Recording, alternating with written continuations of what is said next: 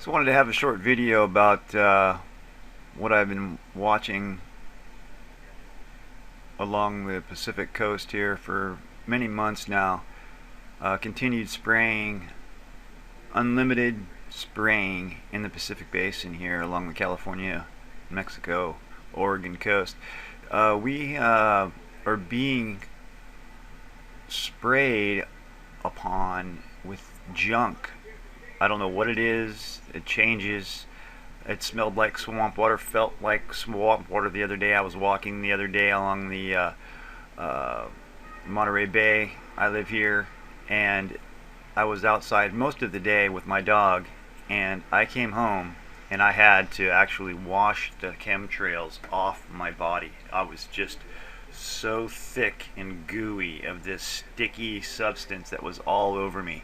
It was just like this spraying, except it was like right over the bay here. This area here was actually over this area, and it was just, I mean, like this right here. All up and down here, all of that came over me, and I was just coated. And so you can imagine all this stuff getting into the you know, all the trees, and when it rains it'll get into the soil, and it's probably very, very harmful to the soil. And Monterey area, Salinas area is really big in agriculture, and most of the world gets their lettuce and artichokes and everything from this area, and they are just spraying it like, hey, tra-la-la, we're just trying to bet on weather, you know. Chicago NASDAQ has the, or the Chicago Stock Exchange, uh, they have it up there on the boards there, so you can bet on if it's going to rain. So that's why they're spraying everywhere and anywhere they can. Here's a front, so they figure, well, if we spray here, it might rain here. So I'm going to bet here. Well, they're just trying to fucking make, oh man, excuse my French, they're just trying to make money on our backs, on our lives, which is, this monetary stuff has to go. We are not going to be able to jump into the next evolution as humans until we get rid of money.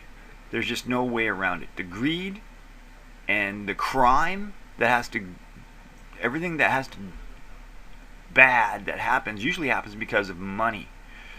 You know, the drugs, the, you know, crimes, everything is pretty much all due to money.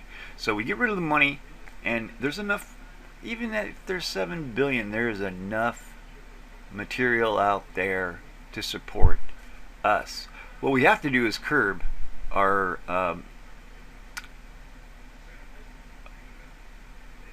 you know, output. That's for sure. We've been breeding like freaking amoebas out of control. I believe that.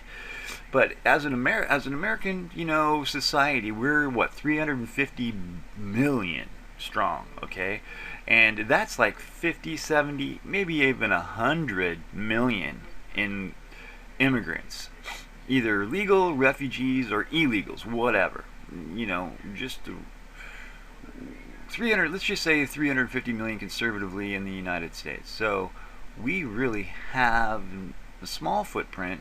We have a few cars, we have a few factories, but I think for the most part, we pull our weight.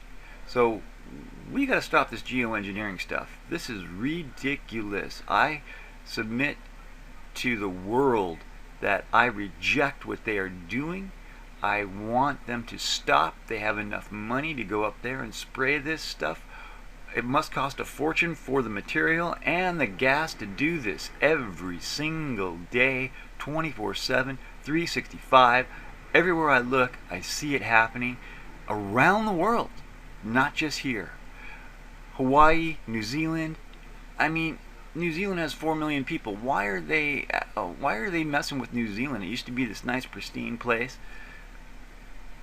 You know, between the HARP project and whatever that can do, and between an extinction level experience right here. This is horrible. Look at the cloud cover here, that's just a mist of radiation. hovering over these power plants. Look at this. You could see the steam rolling off of number 3 and probably number 4 and number 2. Number 2 used to have a billowing stack coming out of this giant hole. You could see the roof is sagging. You could see this fuel pool is leaning over.